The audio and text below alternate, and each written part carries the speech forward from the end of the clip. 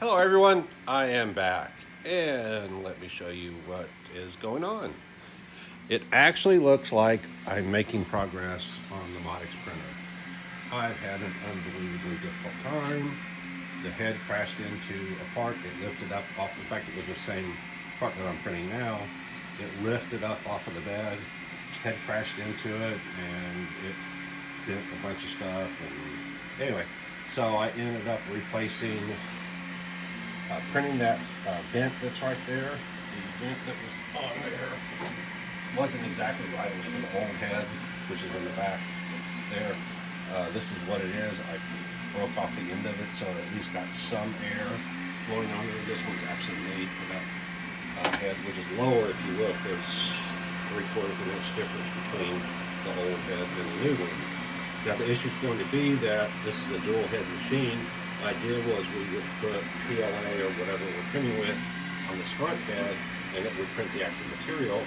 All the support material would be PVA, which is water soluble. So we would do PVA on the support material. When we're done, we just stick it in a bucket of water or whatever, and it will dissolve the PVA. So at some point in the future, I'm either going to have to go back to the old head, or I'm going to have to upgrade the back head to match the front one. Don't know yet. I just want to get the stupid thing working. So I've replaced that. What else? Oh, it broke the tip off that little thing you see glowing there, red. That is the BL Touch. It actually tells it where the surface is, so it makes it easier to do the Z-axis and all that. It has a little tip. I could probably throw it away. It's a plastic tip. Luckily, it's a disposable item, so I bought some. Replaced that. Had to recalibrate all of that. Then when I got it back together, thought I was ready to go.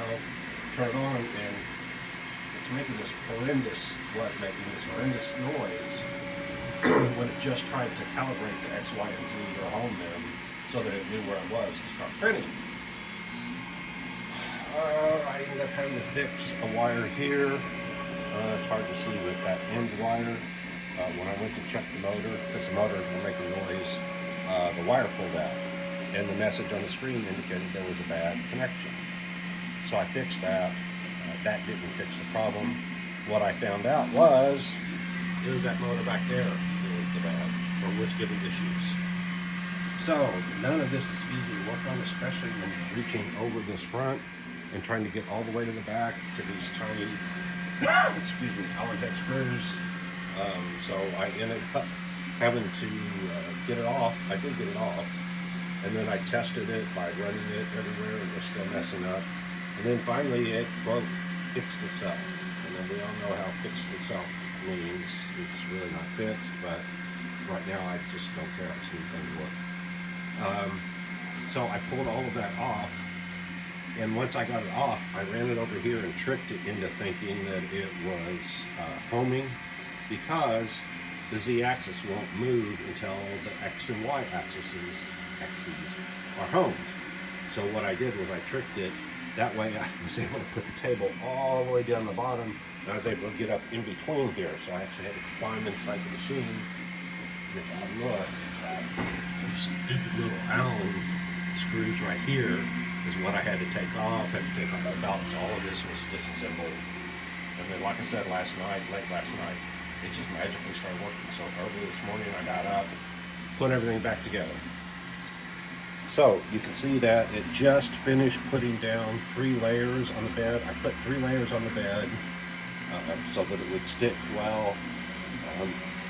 One of the tricks is to use Elmer's stick glue on the surface. So I recoated the surface with Elmer's stick glue. By the way, make sure the bed is not hot when you do that, because otherwise it just melts it and kind of makes a mess. Also, don't try to clean it off with water, or else it builds up and makes a mess. So I made sure it was off. You don't have to cover it 100%. You just have to get enough down that the filament has something to stick to. All right. Same time, actually before that, I brought my other printer over here, my Ender Creality Ender 3 Pro, little $99 printer that just prints like a champ. So it's going off and printing a file that I think works. It should work. So what happened is I had a designer design this car. The problem is there's something wrong with the file, and this surface right here is just support material. That's why it's so thin. It's supposed to be easy to break away. Some pieces like this grill are solid, but the majority of it is not. So this is useless because it has no real structure to it. So I had another designer and I sent it back to the designer. If she can't find anything wrong with the file, I put it in 3D tools, I put it through repairs, I've done everything I could possibly think of to fix it. Nothing works. So I had him, the idea was he would make an exact copy of this in a new file with some minor changes because I don't think this blue one will fit completely on a C8. I think the issue is going to be this back corner right here won't clear the back corner of the C8. I'll show you that in a second. So I had him extend it, and I'm not even sure this one's going to fit, but I wanted to print it out, and this is the first model I've gotten from him. I did warn him that it's going to take probably several iterations to get this to work. So this is printing. It has been printing for 23, almost 24 hours. It's almost 42% done, but it still has a day, let's see, what was I say, 1 day, 9 hours, and 4 minutes left to go. So as you can see, it's got a long ways to go. It is printing up on end, like this, because it won't fit sideways. It's got 220 millimeters each way, it claims, but again, that'll only take about 2 or 4 or 205. It supposedly has 250 going up, which is the other reason I don't think this is going to work, because the other things I printed were like 270 millimeters, and I had to print them at an angle. This one will actually stand up on end, so it makes me think it's not really going to work on a C8. Won't know till I get it printed, but that's one of the things I need to check before I have him do the next iteration. Speaking of C8, all right, this is a radio-controlled model. By measuring, I found out it's 1/8 scale. There's nothing on the box that actually claimed what scale it was, and it seems to be accurate. So what I did was I printed a hood for a C2 Grand Sport, just to see what if it would fit if I bought a C2 Grand Sport hood, how close will it come to fitting, and you can see that it's not even close. So I was wondering if I could just cut out, all I really want is the scoop part. So I was wondering if I could cut out the scoop part and put it on there. The problem is that this windshield comes way down here. So while it would work here, and then of course I can extend the front end if I need to, but it really, I need to push it back as far as I can. So first I'm going to try cutting this into a curve to match that. And if I have to, I can actually go into that scoop area and just have the scoop come up over. That's option B. There's like X, Y, and Z options if I have to. One of the things is people think that the front end on the C8 is really short. It's not. You can see what they did was, because they made this into a beak, it looks short on the side, but it's actually not. If I put this on here, you can see that there's not a whole lot of difference between the C2 and the C8, but it's these corners that are going to cause the issue, that my corners have to either come out or I've got to do something. So that's why I'm printing this. This model that I'm printing right now is an entire model, 1/8 scale model of a Grand Sport. So what I'm going to do then is cut the front end off of it, cut the front end off of this, slide it on here and see what I've got to do to make the two fit. The reason I'm doing all this is I have two options. Either do it at 1/8 scale by 3D printing, or do it at full scale in fiberglass. And whatever doesn't work is a huge waste of time and money. So I'd rather waste time and money in plastic than full scale doing it. Let's see. Oh, so on this one, it says it has another 41 hours and 45 minutes to go. So right now it just has the surface area, the raft that it's sitting on, and you can see it's just now starting to put actual features down. And there are only like a couple of layers of those features. Alright. I think that's got us caught up. Somebody was giving me crap about the junk underneath here, so I cleaned it up, even though anybody that knows me knows I don't care about crap like that, especially when I'm trying to get this stuff to work. And the other thing is, with 45 hours for everything to come out, now's a good time to clean. Before was not really a good time to clean. Charlie's out here. You want to say hello, Charlie? Hey, come here a second. Okay. What would it hurt if this thing stopped right here and this last set of louvers was gone? Not a thing. Okay, here's your windshield coming across. You're right here like this. Uh-huh. That lines up like that. This is still on the corner of your hood nicely. That comes all the way to the front right there.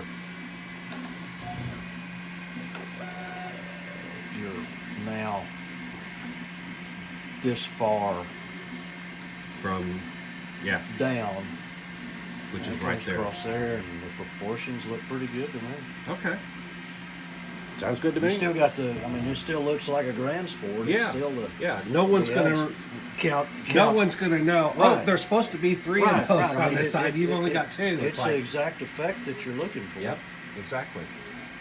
All right, so that's what we can do with this one. Once you print it off, we'll do exactly that. We'll cut it right here, slide it on, and I Yeah. bet that's gonna be real close to fitting.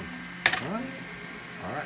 One of the other things is everybody says, well, why don't you just buy 3D models of these things? Well, the reason why is because there is no guarantee of accuracy on these 3D models. And what I found out is they look accurate when you look at them on the screen, but when you actually measure, you'll find out that it's off. At full scale, it would be off an inch here, 2 inches there, a half an inch there. I can't build something being off an inch here, a half an inch there, 2 inches there. It needs to be spot on if it's going to save me any time. So that's why I'm printing this out, to find out what is the difference. The thing with this is the only thing I can really use is the wheelbase to compare it. So I know the wheelbase of the C8, so I scale everything off of it. I know the wheelbase of the C2, and I scale everything off of it. And I'm just assuming every other dimension's the same. The reason I bring that up is because when we did a quick measurement between my real C8 and a Grand Sport, it said the width was the same between the two cars. Well, if you look at this, that's not even close. So I don't know which is wrong. The radio controlled car is a licensed model, so I kind of assumed it was fairly accurate. But if you think about it, they probably don't make a custom chassis for every radio controlled car. They probably have a couple of sizes of chassis, and then they make the rest of it look right based on how you get the wheels to fit in the wheel well. Same thing with this model. I got this model off the internet. I have no clue what's accurate and what's not. The saving grace, maybe, is I should have access to an actual C2 Grand Sport replica parts. So when I do that, I can scan them with my scanner, and then my scanner is spot on. I've checked the measurements, and whatever it scans, the dimensions are absolutely correct. So once I do that, I will verify that what it looks like is going to work here will actually work in real life. All right, so that's it for now.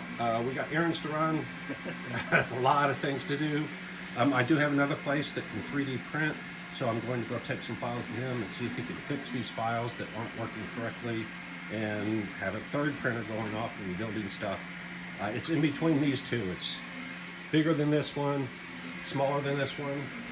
I eyeballed it, and it looked like it was about 18 inches square, and then a little bit taller than that. So it'll be able to print stuff that the small one can't print, but not anywhere near as big as this one can print. All right, like, subscribe, hit the alert, hit the thanks if you want to, and if you don't like what I'm doing, you don't know jack. Bye.